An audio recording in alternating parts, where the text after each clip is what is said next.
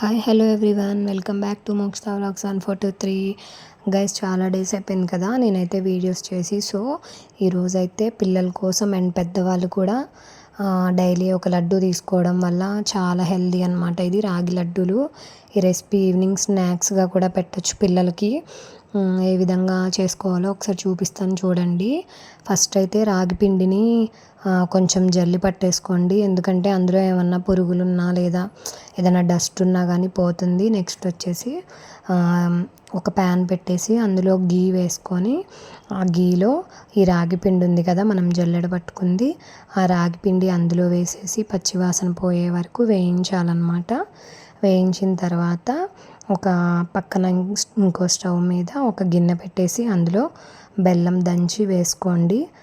ముద్రపాకం వచ్చేలాగా మాత్రం చెయ్యొద్దు, లేత పాకంలోనే తీయాలి, ఎందుకంటే అందులో ముద్రపాకం అయితే కలవదనమాట. సో లేత పాకం వచ్చే వరకు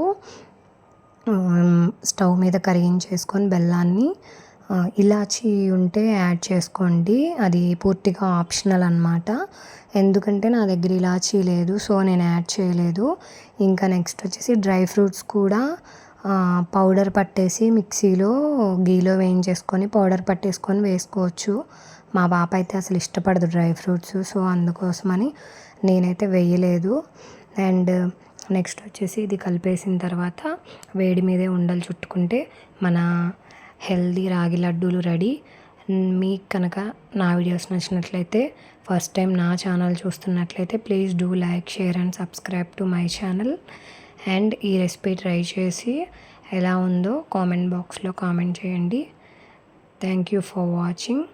బాయ్ బాయ్ గైస్.